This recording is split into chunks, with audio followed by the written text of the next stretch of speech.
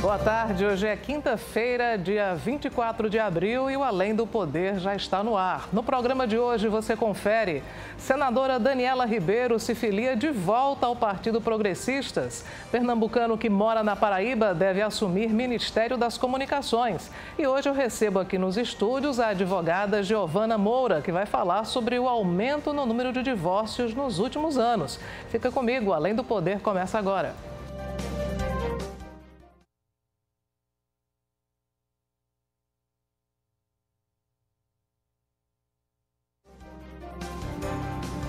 E eu convido você para interagir com a gente nas nossas redes sociais. Lembrando que você também pode nos acompanhar pelo canal do YouTube, TV Norte Paraíba. Nós também estamos ao vivo por lá.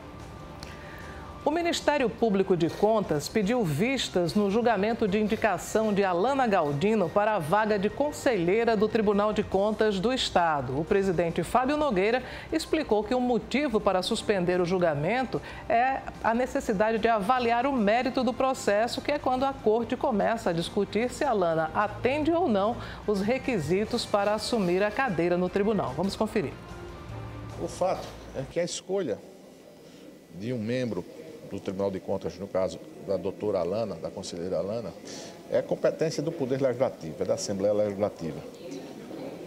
A Constituição estabeleceu que dentre as 7 vagas de todos os tribunais de contas do Brasil, à exceção do Tribunal de Contas da União e de alguns tribunais de contas municipais, 4 são de indicação do Poder Legislativo.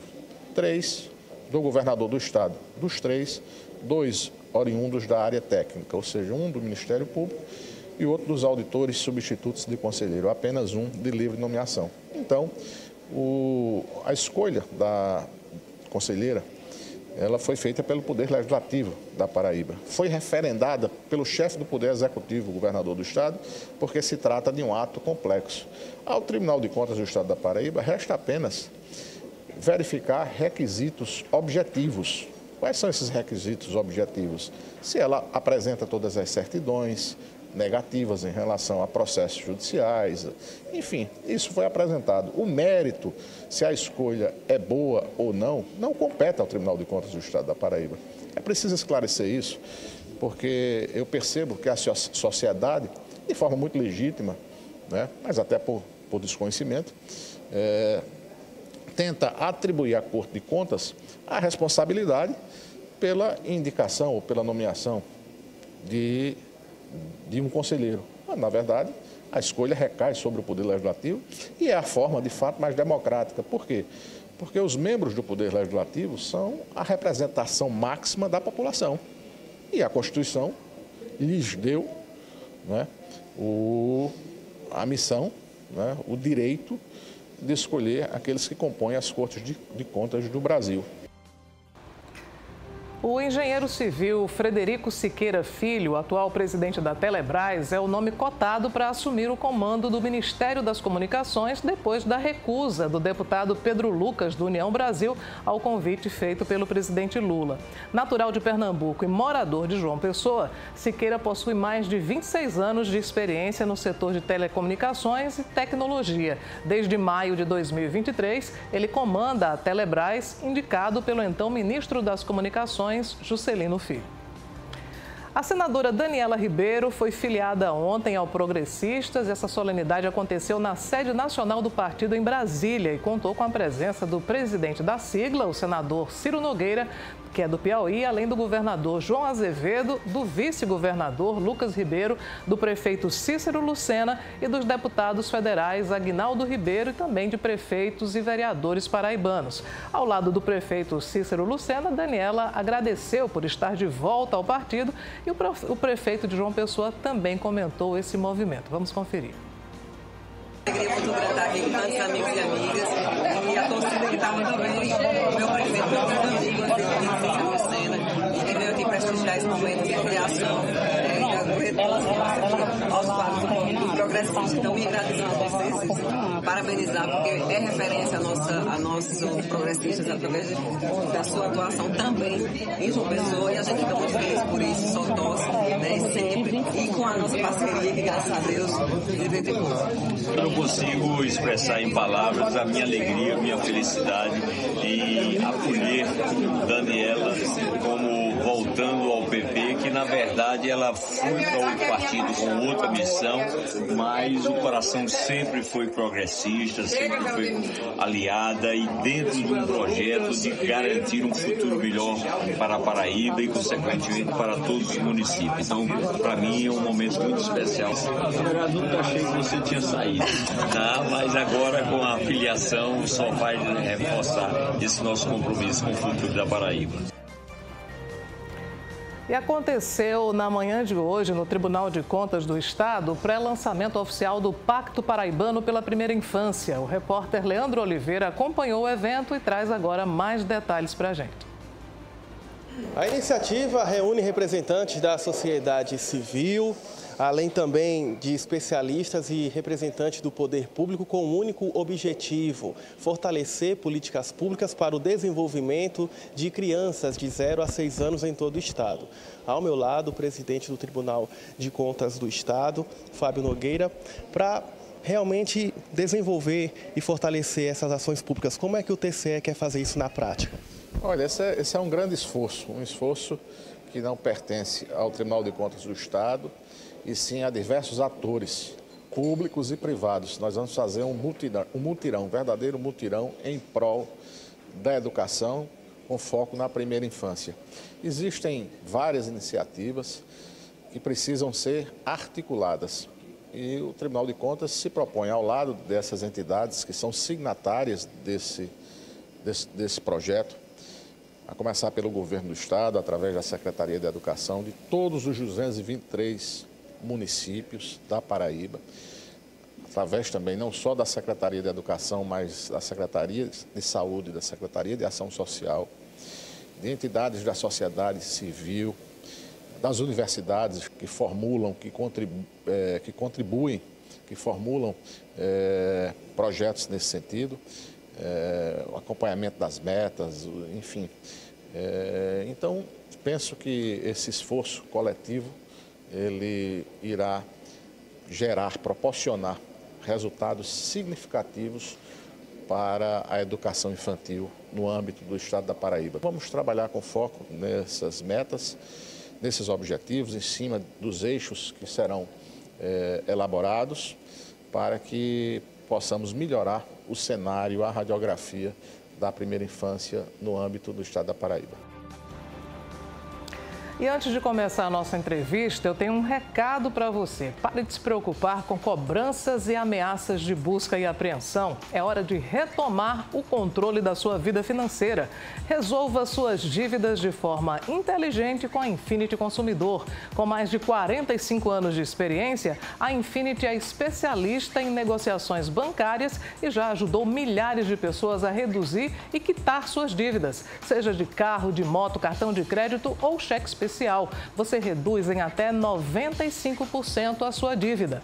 Na Infinity Consumidor, você encontra um planejamento financeiro que realmente cabe no seu bolso. Faça como Ana Maria, que quitou o Onix dela, que custava R$ 52.470,57 por apenas R$ 8.800. Ou Luiz Fernandes, que reduziu a dívida de um Fiat Ideia de R$ 35.274,50 por R$ 10.000. E José Edivaldo, que resolveu a dívida de uma Vitara de R$ 75.260 por R$ 9.301,86. Se eles conseguiram, você também pode. Ligue agora mesmo para 4004-2821 ou mande um WhatsApp para o 991015874 e você vai agendar uma consultoria 100% gratuita. A Infinity funciona de segunda a sexta, de 8 da manhã às 8 horas da noite e aos sábados de 9 da manhã até 1 da tarde. E a Infinity fica no Centro Empresarial Epitácio Pessoa, na Avenida Presidente Epitácio Pessoa, 1251, loja 111, no bairro dos Estados. Acesse também o site infinityconsumidor.com.br ou nosso Instagram, @infinityconsumidor, e veja pessoas que mudaram a vida financeira com a ajuda da Infinity. Lembrando que o cliente Infinity contribui também com o NACC, é o Núcleo de Apoio a Crianças com Câncer. Mais do que negociar, a Infinity ensina você você a se organizar financeiramente. Pensando nisso, a empresa criou o Infinity Educa, é uma plataforma com dicas e consultorias para organizar as suas finanças. Acesse agora infinityeduca.com.br e conquiste sua liberdade financeira. Infinity, há 45 anos, em defesa do consumidor. E agora a gente muda de assunto para falar sobre o número de divórcios que tem crescido nos últimos anos e um dos principais fatores que levam ao fim do casamento é a traição. Mas quais são os impactos jurídicos dessa situação? Quem é traído tem direito à indenização? Como funciona a partilha de bens nesses casos? Para tratar dessas questões, eu vou conversar agora com a advogada Giovana Moura. Boa tarde, Giovana. Seja bem-vinda ao Além do Poder. Boa tarde, Cláudia. Boa tarde a todos que estão nos assistindo. Boa tarde também a você novamente. E eu quero agradecer a oportunidade por poder participar do seu programa Além do Poder e também agradecer à TV Norte. Obrigada, né? Valeu. Pois é, vamos começar falando. Eu sei que a traição é um dos grandes motivos. Quais são as outras causas que têm levado ao crescimento do número de divórcios? Temos aqui também, Cláudia, a violência doméstica. Há quem diga que o amor se acaba, né? Tem companheiros ou esposos que não permitem que a esposa vá ter redes sociais, também não permite que a esposa vá a igrejas, ou seja, tem esposos que proíbe dela ter comunicação com a família, estar presa. Então, por esses motivos, algumas delas se sentem realmente reprimidas e chega um momento que elas dizem, não dá mais, então vamos assim nos divorciar. Claro que o número, por esses casos que eu falei, é menor. O maior número deles é por conta da traição, por óbvio, infelizmente, né, Cláudia? Quando a pessoa chega para você e diz, olha, eu quero me divorciar, porque a gente sempre pensa, será que não está de cabeça quente? Você tem esse cuidado de saber se realmente essa decisão já está tomada ou se a pessoa está agindo no calor da emoção? Sim, com certeza. A minha primeira pergunta é isso mesmo que você quer? Será que não tem uma reconciliação, um acordo aí? Vamos conversar. Se a tomada de decisão dela for definitiva, aí a gente sim começa a iniciar o processo de divórcio. Se não, a gente vai tentar conciliar, porque o meu papel, além de advogada, é também conciliar, trazer a reconciliação entre os casais, com certeza. Uhum. Mas vai caber de cada parte, né, se vai aceitar sim ou não. Quem é que procura mais o divórcio, o homem ou a mulher? As mulheres. No meu escritório, as mulheres. Uhum. Tem procurado muito. Nesse caso de traição, nós temos inclusive imagens aqui, acho que a nossa produção, nossa direção pode colocar no ar. A gente vai colocar um vídeo, né, para mostrar uma situação e depois a gente vai comentar, né, sobre essa situação. Vamos ver. Aí, galera, quem trabalha dia de segunda, ou é liso ou desorganizado, tá bom? Aí, ó. Aí.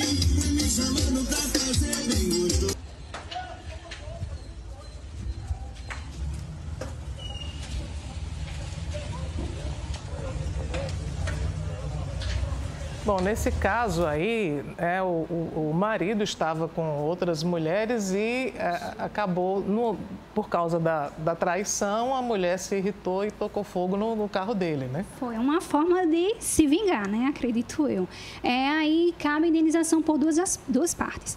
Ela, a pessoa traída, né, pode entrar com ação pedindo indenização por danos morais em relação a ele ter publicado que estava em meio a um mar com um monte de mulheres, né? Por se sentir traída, ela pode sim, porque foi publicada essa informação.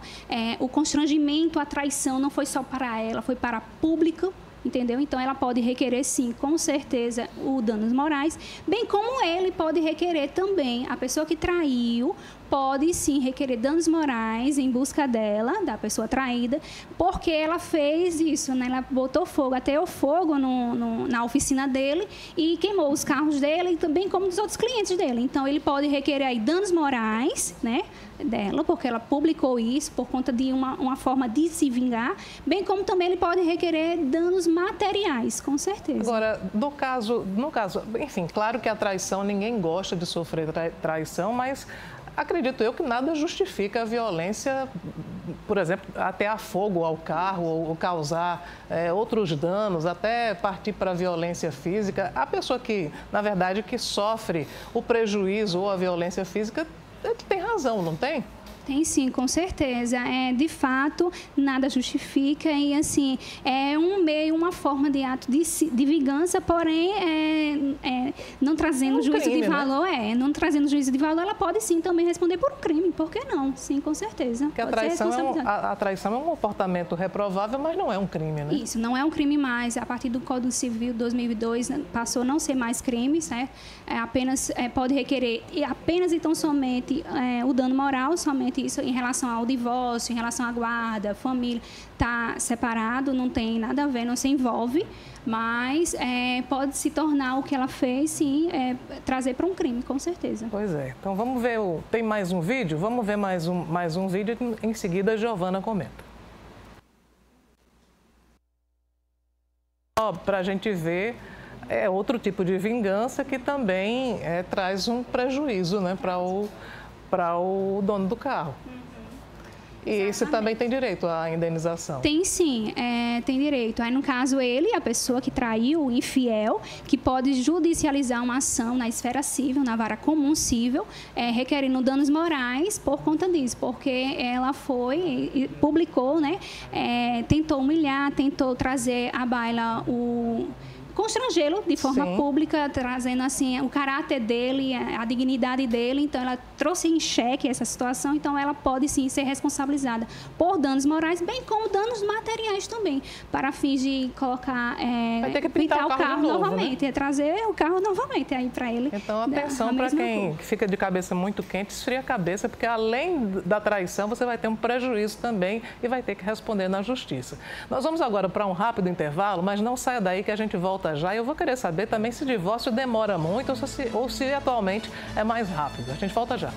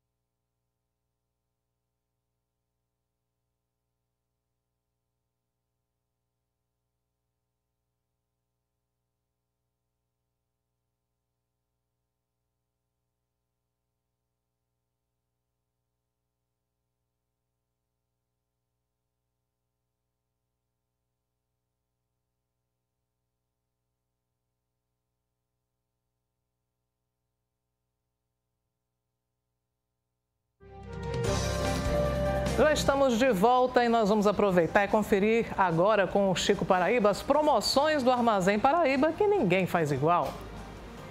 Notícia quentinha, o meu aniversário é só até sábado. Tô dizendo, olha aí, ar-condicionado Agrato de 9.000 BTUs, inverter, por apenas R$ 1.999.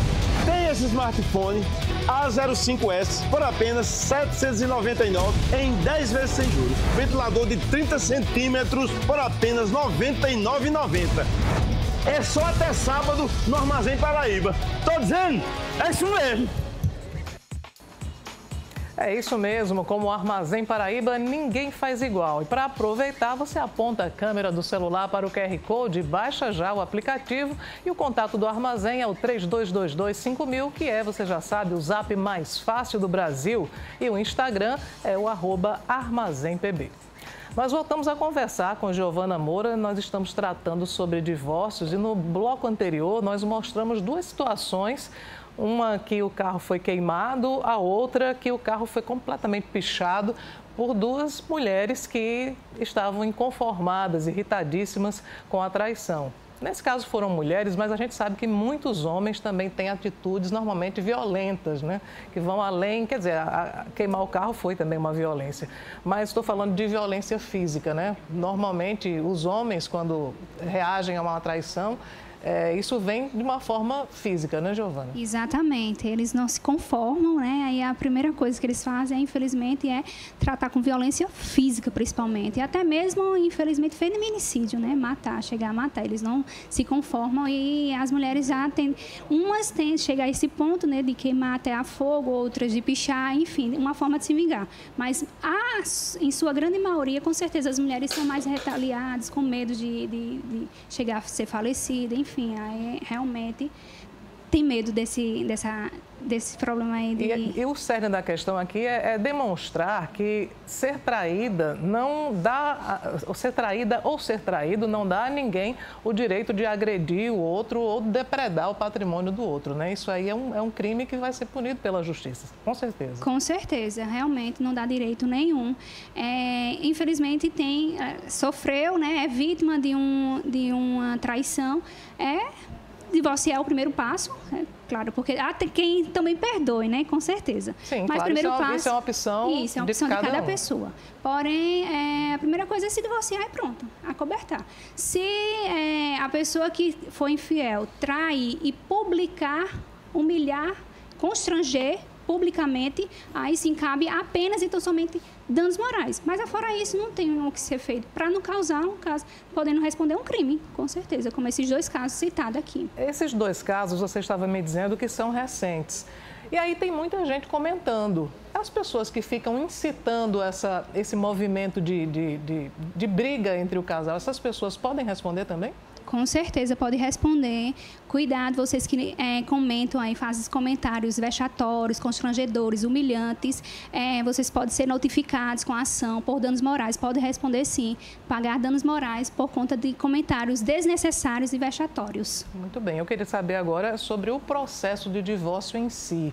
Hoje está mais fácil, o que é que se precisa fazer a partir do momento que se tem certeza que realmente não há mais chance de convivência? Procura-se um advogado e a partir daí o que é que se faz?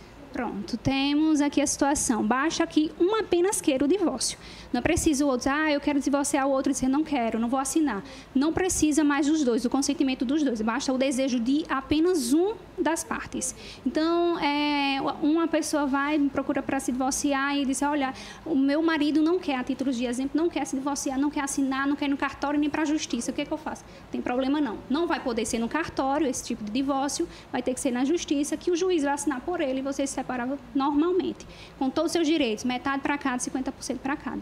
Não tem isso. E em relação a quanto tempo, geralmente, quando é extrajudicial no cartório, o divórcio dura 2, 3 dias, no máximo, até no mesmo dia pode sair esse divórcio. Quando os dois concordam. Quando os dois concordam. Quando não concorda, vai ter que ir para a justiça, aí vai demorar.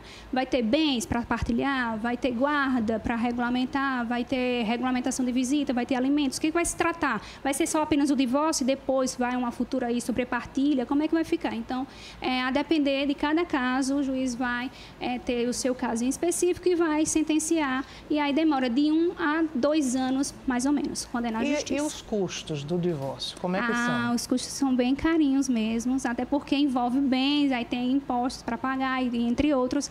Também tem que, se for na justiça, tem que pagar as custas judiciais, e se for no cartório, as custas cartorárias, que é um tanto quanto carinho. Muitas pessoas não querem realmente. Vamos dar só um exemplo, vamos imaginar imaginar que o casal consensualmente decidiu se divorciar e vai ao cartório. Por exemplo, quanto é o custo desse que seria o divórcio mais simples, né? Quando ambas as partes concordam. Quando é só o divórcio, é só para assinar, gasta, assim, custas cartorárias, né? Sem contar os honorários advocatícios. 850, 900, R$1.000, a depender do cartório, mas é faixa nesse daí. E quando precisa judicializar, claro, isso vai ser um valor e um tempo também maior. Com certeza, exatamente. Até porque, assim, na justiça não vai se tratar só apenas sobre o divórcio, vai tratar sobre outras causas também, porque não pode ser feito num cartório quando envolve menores de 16 anos, quando a esposa, a cônjuge varoa está gestante, não pode ter incapaz, deficiente, essas coisas assim, dessa natureza. Então, não vai poder ser no cartório, vai ter que ser na justiça. Então, para aí vai ter que ter um representante do Ministério Público,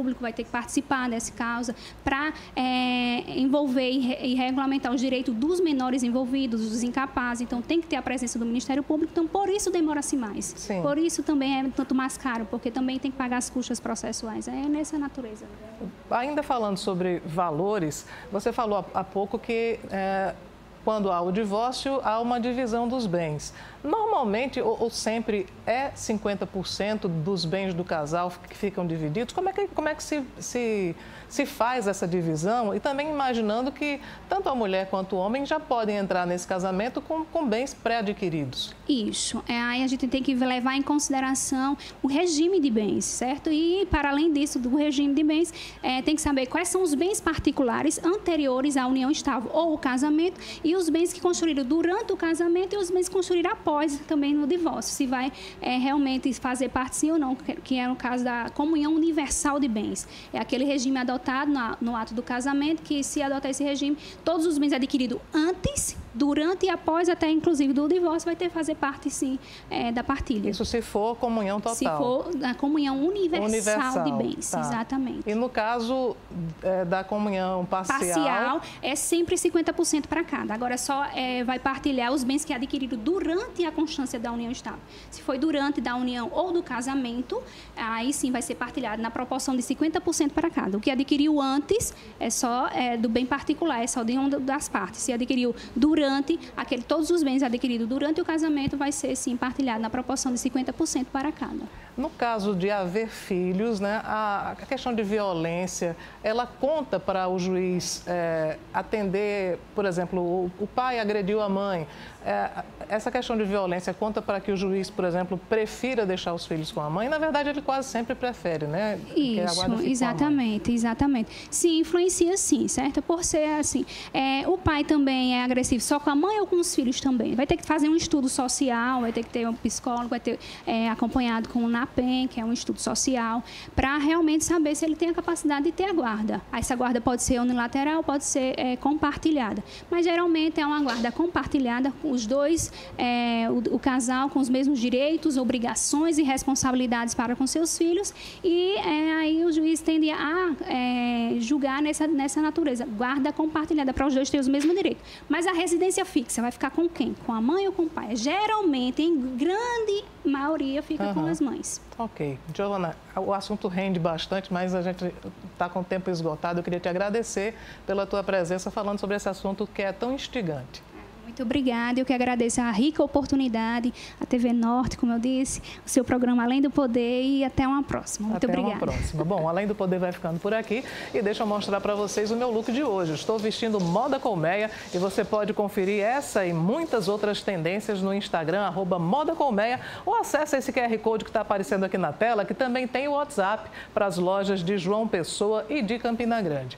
Ela certamente não está querendo se separar, não está pensando em divórcio de jeito nenhum. Zilkli menos ainda, né? Ah, meu amor, impossível, né? Porque com a mulher perfeita e tão boa como eu, que ele não quer mesmo. Ô, Cló, boa tarde. Boa tarde. Tu sabe que eu recebi a doutora Giovana dia desses por aqui e ela trouxe uma informação bombástica que eu fiquei no chão. Qual foi? Sabia que, me corrija, viu, doutora Giovana, se eu estiver errado, para depois não ser processada.